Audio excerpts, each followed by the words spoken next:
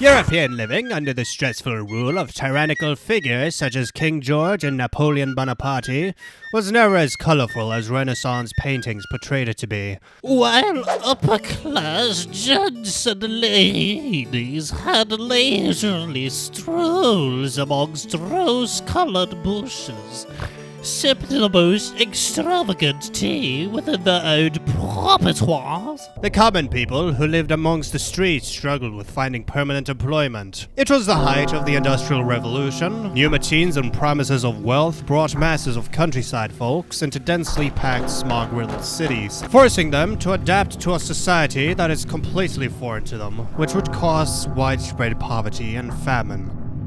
While the upper classes who preyed on the naivety of the uneducated working class were immortalized as well-dressed leisure lovers in their paintings, the lower classes were immortalized as models used in disturbing surgical diagrams and newspaper sketches. See, the issue with the 18th century Europe was not necessarily the famines nor the plagues coupled with the life-threatening concoctions that surgeons came up with to cure said plagues. It was mainly an education problem. Like modern America, most 18th century commoners could not read nor write, a lot of them resorting to last-ditch attempts to acquire food, which means things such as pickpocketing and shoplifting.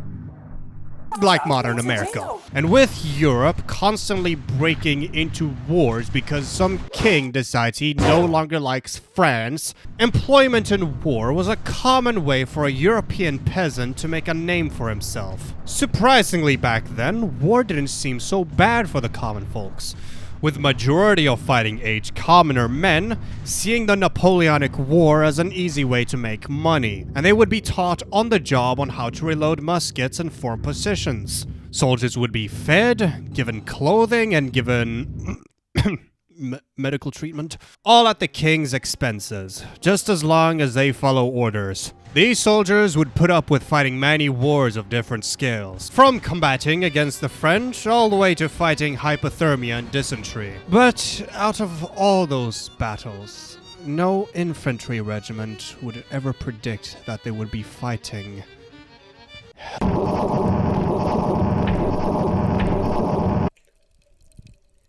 The first places to go was hospitals, alongside with the nuns and the doctors who cared for their soon-to-be zombie patients. So who became the go-to guy for all amputation-related needs? The army field surgeon. Every regiment cannot survive without a field surgeon present, a person in charge of hauling bandages and drugs that can at least mitigate some of the damage inflicted by the new threat from the undead. That way, financial costs are minimized due to unnecessary soldier death. In Georgian times, medicine was actually an incredibly necessary field to research into. In a world where cholera plagued the waters and with infections being present in almost every minor cut, Georgian doctors were so desperate for a breakthrough that they would openly pay criminals to steal corpses, so that their doctors could dissect them for the pursuit of medical science. Traditionally, before the outbreak, soldiers who remarkably survived getting shot in battle would be hauled off from the front lines on dirty, peasant-drawn wagons, where the peasants weren't paid on whether a soldier died or not. This also was kind of the first ever instance of a Krankenwagen being implemented.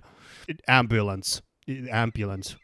Invented by French army surgeon Dominique Jean Baron Larry during the Napoleonic War. Soldiers who miraculously survived the journey would be dumped in a medical bay, where they would undergo the very easy and painless process of...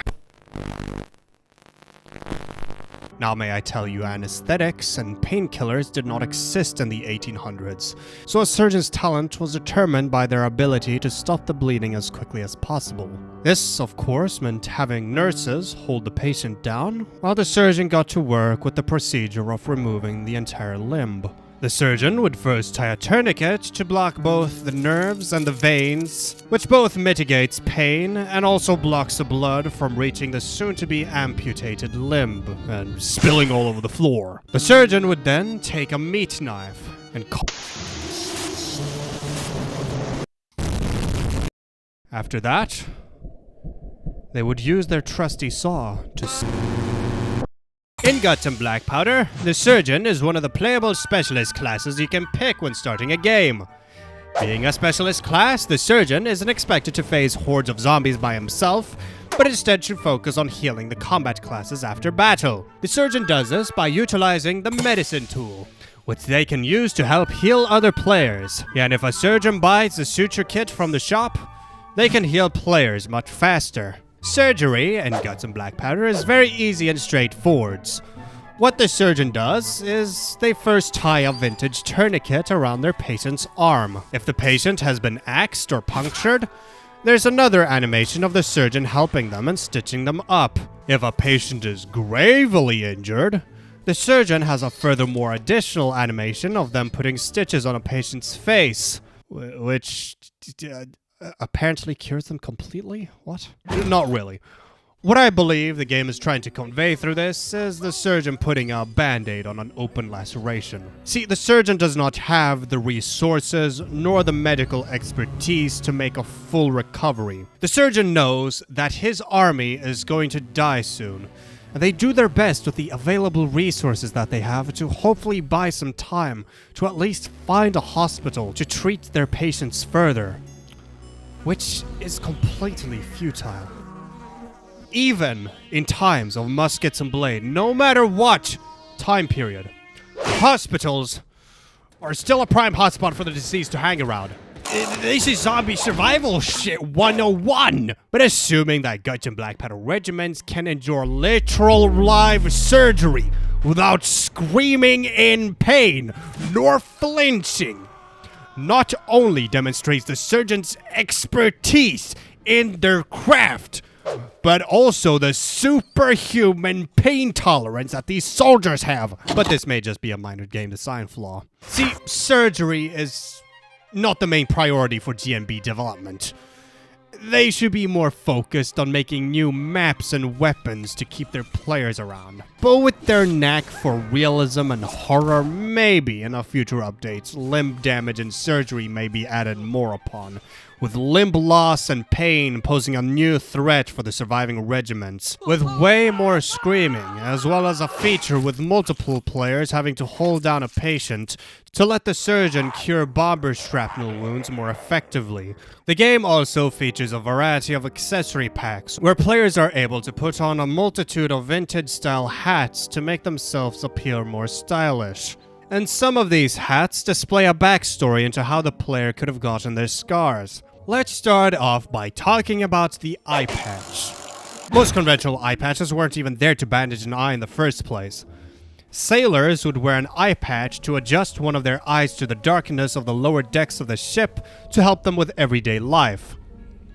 But the bandage eye patches tell a completely different story, with a soldier wearing a bandage eye patch being mainly a victim of bomber shrapnel, getting wooden splinters from the explosion in their eye and needing it covered to avoid getting an infection. Another notable accessory is the head bandage, which must have also been shrapnel damage from bombers, because it's hard to pinpoint how a Georgian ranker would survive anything deeper. Or what about the nasty bruises you can purchase from the shop? Bruises are formed through internal bleeding from exterior trauma, with facial bruising being the most distressing to look at. Facial bruises are more prominent due to damage being put on the nose, causing the blood from the nose to seep into the eyes and pool there, causing the eye to appear swollen.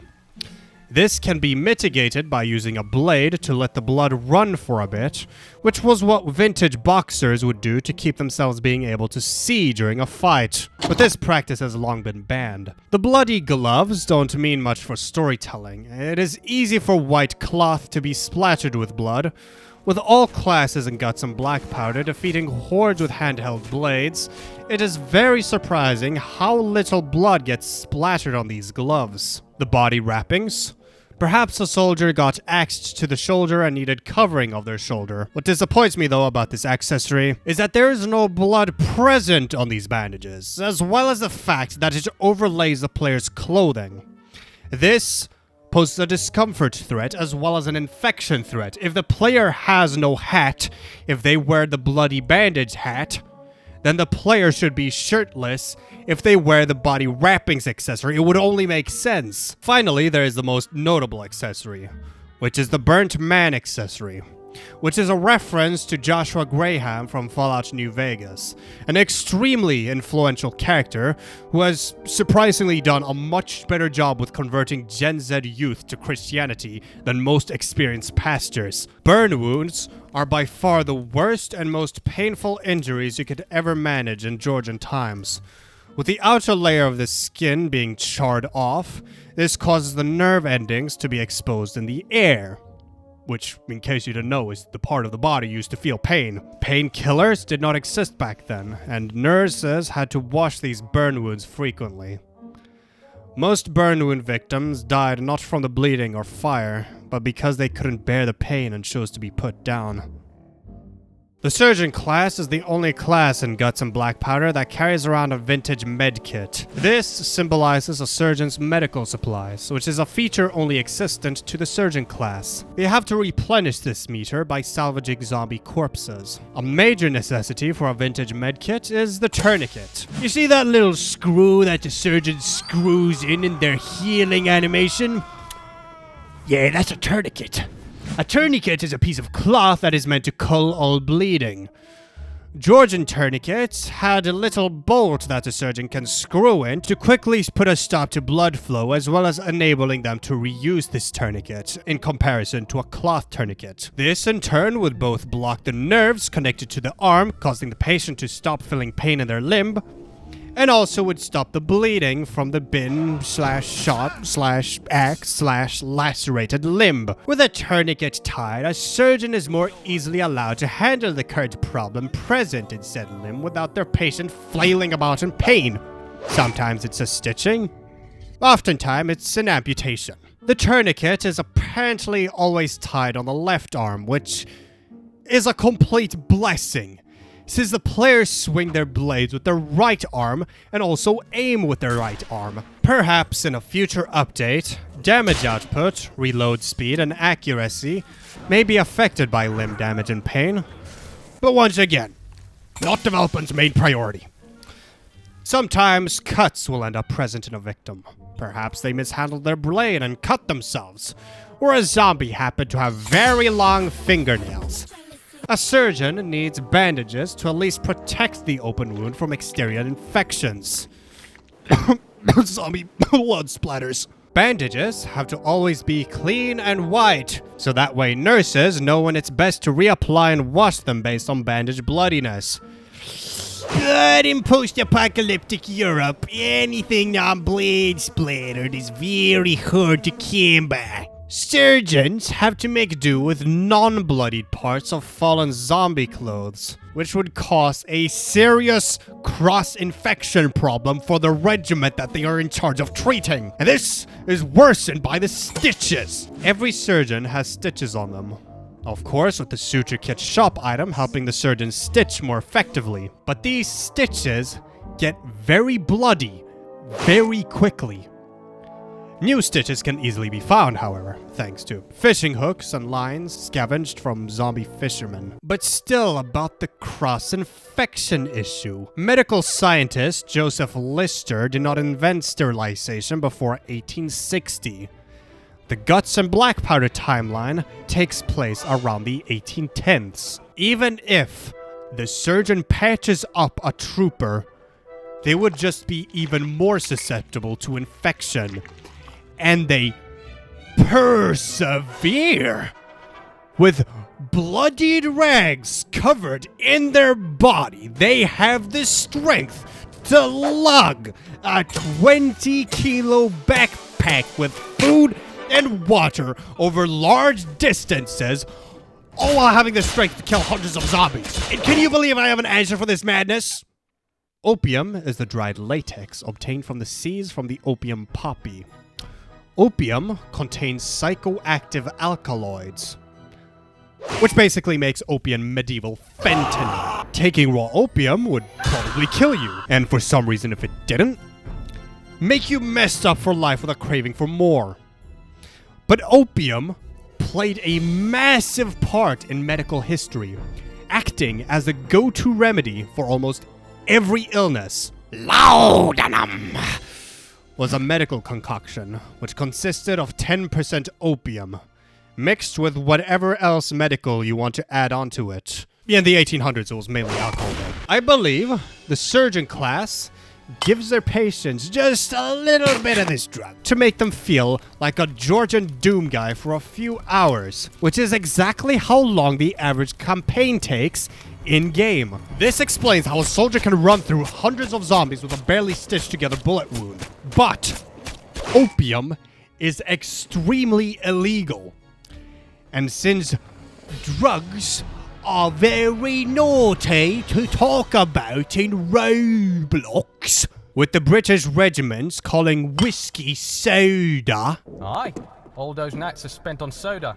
Could have been to Paris. I would assume that there is no Guts and Blackpowder lore on the opium epidemic that was also going on during the Georgian period. But a lot of this opium stuff went on in Ooga Booga continents. European countries were very keen on marketing laudanum as a cure-all remedy, being used to treat literally everything while also being cheaper than a bottle of gin. So the surgeon's secret may not be their sheer skill and determination to keep their team alive, but the fact that their entire bag is full of drugs, which they give away willingly? Both to enjoy seeing what it does to people, but also to secure their own survival, secretly poisoning their entire regiment. The reason why a DMB soldier can survive an axe hit to the soldier and brush it off with some stitches and dirty bandages? Drugs! The reason why DMB soldiers can live after having their liver punctured by a heavy saber? Opium! The reason why soldiers can resist the psychoactive effects of the blight disease trying to convert them into the Antichrist? Because they have already got psycho from laudanum! This is Dr. Jimmy signing off.